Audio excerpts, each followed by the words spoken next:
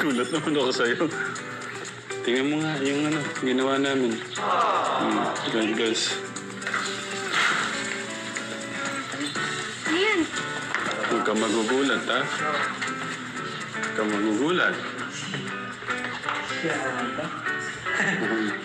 Tatry mo nga doon, no? Yung magiging opisina mo. Yan ko na lang po muna.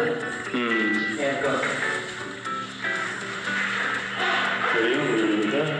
Tapos naisip ko kuya, yung istante, pwede, lahat para naitatabi niyo yung kumari, yung unang gawa niyo, parang nai-display niyo.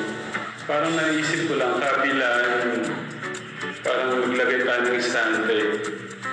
Or pwede connected yung istante sa taas, sa dalawang magkabila. No. Nagka-opisina ka ng di oras, ha? Na.